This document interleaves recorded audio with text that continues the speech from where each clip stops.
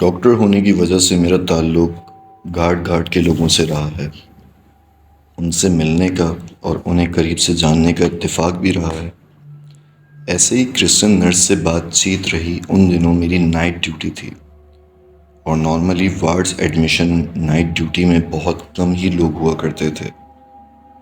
اس دن بھی ایڈمیشنز کم تھے۔ کام سے فری ہو کے میں پیشنٹس کی فائل کمپلیٹ کرنے میں لگ گئی۔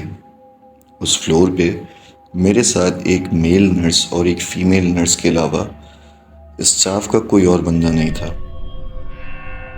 کام نہیں تھا تو میل نرس کو سونے کی اجازت دے کے میں فیمیل نرس وہاں کاؤنٹر پہ بیٹھے بیٹھے ریسٹ کرنے لگے۔ اسی دوران میری آنکھ لگ گئی۔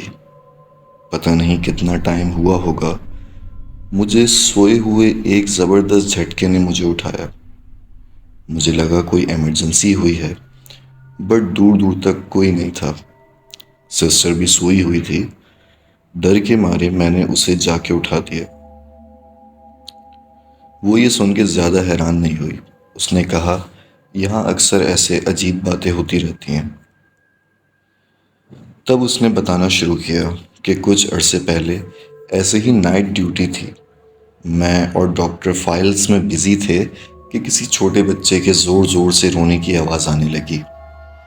ہم زیادہ دھیان نہیں دیتے، مگر اس بچے کی مسلسل بغیر گیپ کے رونے کی آواز آ رہی تھی، جس نے ہم دونوں کو الرٹ کر دیا۔ آواز کا تعقب کرتے جب ہم اس کوریڈور میں پہنچے جہاں سے ہمیں لگ رہا تھا کہ آواز آ رہی ہے، تو خیال آیا کہ ان میں سے تو کسی بھی روم میں نیو بورن نہیں ہے۔ یہ بہت حیران کن بات تھی کیونکہ اس فلور پہ ایڈلٹ پیشنٹس ہی ہوا کرتے ہیں اور کوئی نیو بورن ہاسپٹل میں بغیر کسی وجہ سے نہیں لایا گیا۔ خیر رات گزری، صبح پتہ کرنے کی کوشش کی تو پتہ چلا کہ واقعی اس پورے کوریڈور میں کسی بھی روم میں کوئی نیو بورن بیبی نہیں تھا۔ خیر سسٹر نے مزید بتایا کہ ایسے ہی ایک بار ہم ریسٹ کر رہے تھے تو پیشنٹس کال بجنے لگی۔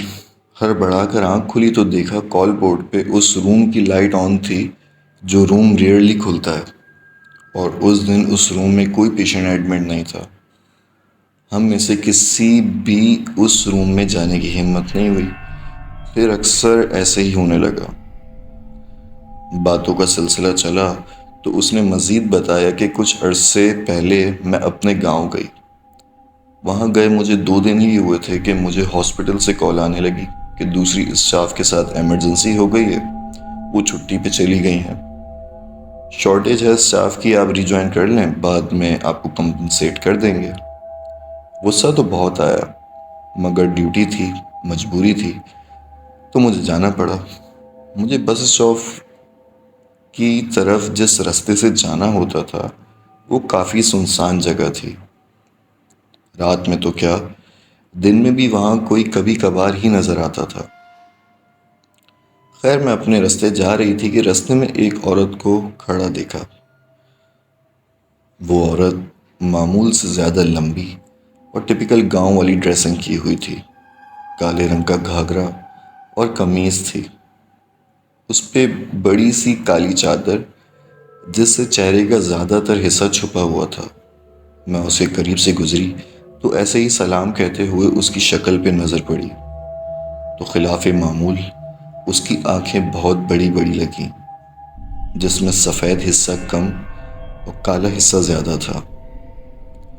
وہ مجھے دیکھتی رہی، میرے پورے جسم میں جھرجھری سی آ گئی۔ میرے سلام کا بھی اس نے کوئی جواب نہیں دیا۔ خیر میں تیزی سے آگے بڑھ گئی، لیکن اس بس اسٹاپ پہ پہنچی اور بھیڑ میں پہنچی تو مجھے تھوڑا ریلیف ملا۔ 5 گھنٹے کا سفر کے بعد جب میں ہاسپٹل پہنچی تو کچھ یاد ہی نہیں رہا۔ ڈیوٹی میں فری ہو کے جب میں ہاسپٹل سے واپسی بس اسٹاپ پہ پہنچی اپنے ہاسٹل جانے کے لیے، تو اسی عورت کو میں نے دوبارہ سے بس اسٹاپ پہ کھڑا ہوا دیکھا۔ میرے تو اعصاب ہی خطا ہو گئے۔ مغرب کا وقت تھا، اسٹاپ پہ ہم کچھ دونوں کے علاوہ اور کوئی نہیں تھا۔ وہ عورت قریب آئی اور مجھے کہتی ہے، وعلیکم السلام۔